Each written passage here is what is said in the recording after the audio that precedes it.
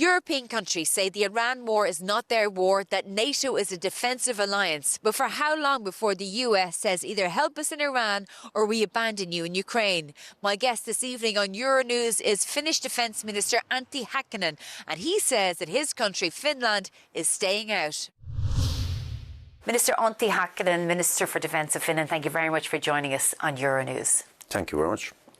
Minister, I just want to ask you about what we've been hearing over the past few days in relation to the war in Iran. It appears that the United States really wants Europe to get on side. Is that something that Finland can consider? Well, among the European allies, we are now assessing that what could be kind of the role potentially, but this is not kind of a European or NATO war.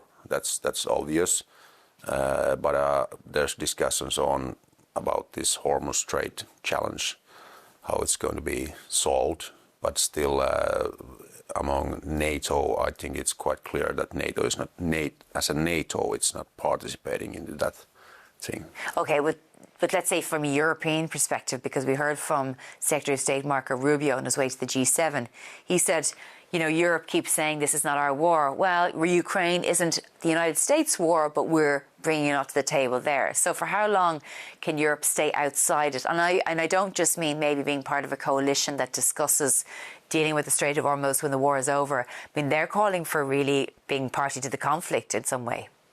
Well, I think from the Finnish perspective that we are a small country neighboring Russia, so all our resources are kind of involved into our readiness in this area, so there's no kind of options or potential for our participation anyhow.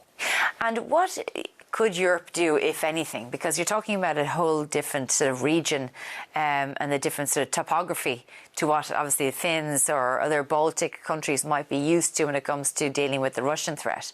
But did you see any way that Europeans could help in dealing with the Strait of Hormuz in any way? Well, I think the bigger countries in Western Europe with big navy powers, they are now doing this assessment now, and that they are done some declarations. And but from the Finnish point of view, we have get used to operate in the Baltic Sea, which is quite shallow waters, and it's all our capabilities are kind of involved now into the Baltic Sentry and the readiness operations, what we are doing in these areas. So we don't have any options kind of to change our principles in here, this area. But do you think that the Europeans can at least try to salvage or help the Americans at this time when the impact on Europe for the closure of the Strait of Hormuz is actually quite big?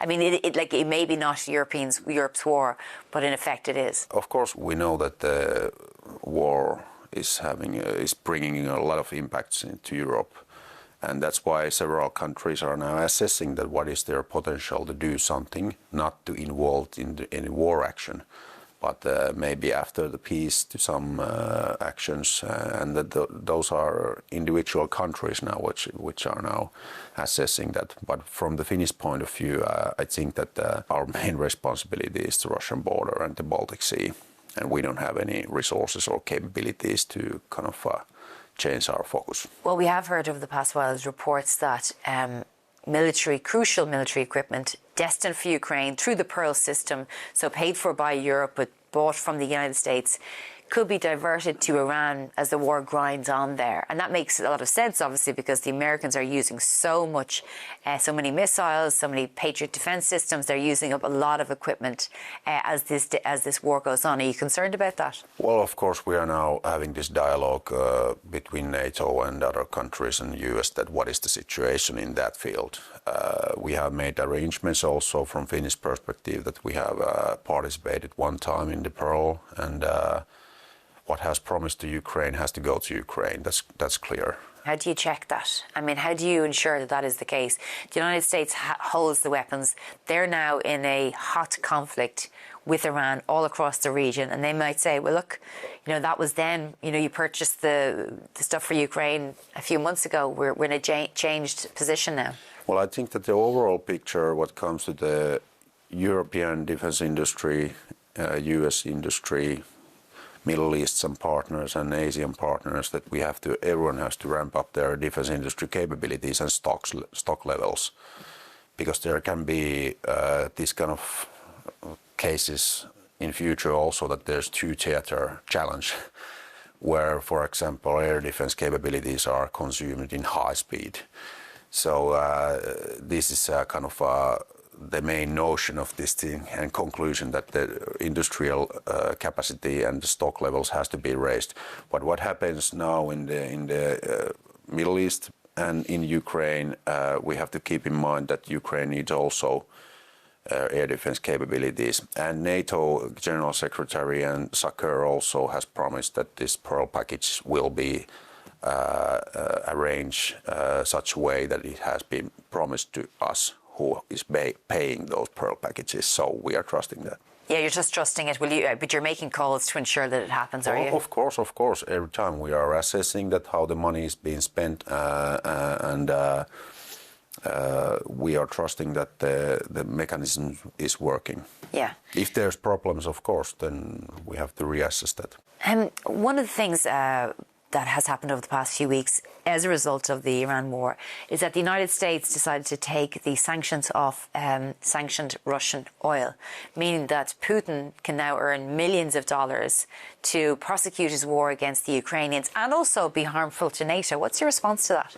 All the countries are doing individual decisions, but let's be clear that Russia, last 20 years, Russia used all the oil revenues what they got from Europe to build up their military.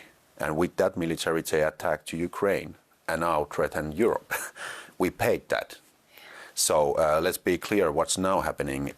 Russia is a big kind of oil company which have a huge military.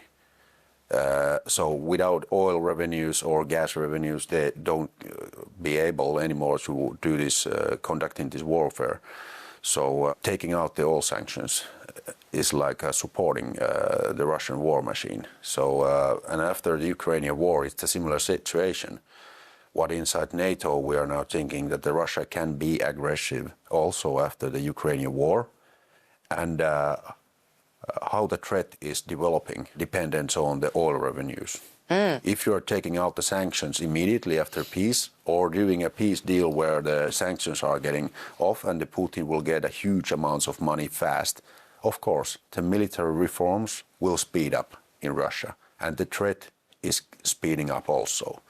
So let's be clear on this, that it's not a new thing.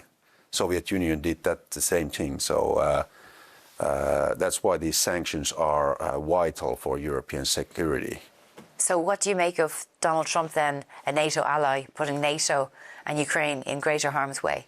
Well, these sanctions, it's a big part of the security policy against Russia.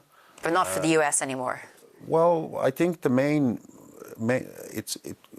challenge now inside NATO is how to ramp up fast the defense industry and the defense capabilities, of course. And we are at the same page with US in that field. But in sanctions policy, we have to be clear that if we take out the sanctions, that will support the Russian economy and the Russian military in Ukraine war, but also speeding up the threat against NATO. So this is a challenging kind of complex game. What do you make of the comments by Bart De Graaff, the Belgian Prime Minister, who said that we can no longer choke the Russian economy because the United States has removed the oil sanctions, and that now is the time to actually negotiate with Putin? Well, at least in Europe, everyone has to take seriously about the Russian military threat after Ukrainian war. And lifting the sanctions off will just speed up the threat. So let's not be naive. The situation before the 2022 attack doesn't come back. Of course, we are trying to be diplomatic and friends with Russia, but let's be clear, they are in war footing and they can be aggressive. And if we lift up the sanctions, the threat will speed up, and we will have, in the European defense perspective, we will have a bigger hurry to ramp up our own defenses. So I'm a little bit cautious on that kind of. To say the least, I'm sure. Yeah. Just before I let you go, there's another issue obviously going from an EU perspective, and that is the blockage by Hungary of the €90 billion loan for Ukraine. We've heard also, in addition to that, from Peter Szijjártó, the Hungarian Foreign Affairs Minister, that he regularly speaks to the Kremlin after a European Council meeting. Well, they are kind of supporting the wrong side of the war in that kind of actions. So everyone has to understand that Russia is not only threat for Ukraine. They can be a severe threat for European Union members, and that's why this kind of politics, what Hungary is now conducting, it's supporting only the Russian side. So, and these new things what have occurred now in media, that they are giving information to Russia, they are really severe. Okay, final question, Minister Antti Häkkänen, because your constituency here in Finland is the Russian border. Can you talk to people who are, let's say, geographically removed from that, maybe people in Ireland or the UK, to understand what it's like to live so close to Russia with a border of 1,350 kilometres, and what you experience, let's say, from a cyber threat or just daily threats, and why it's important that there is so much concentration in this area? Well, in my home region, Russia is not a new neighbor. We neighbored them for hundreds of years, and they have been a little bit surprising or aggressive neighbor all the time. So we have get to use it. That's why Finland has a strong defense and also a strong comprehensive security model to counter hybrid threats. So that's why people are taking this quite cool and calm. But they still know that we have to invest heavily to defense. Okay, Minister for Defence for Finland, Antti Häkkänen, thank you very much for joining us on Euronews. Thank you very much.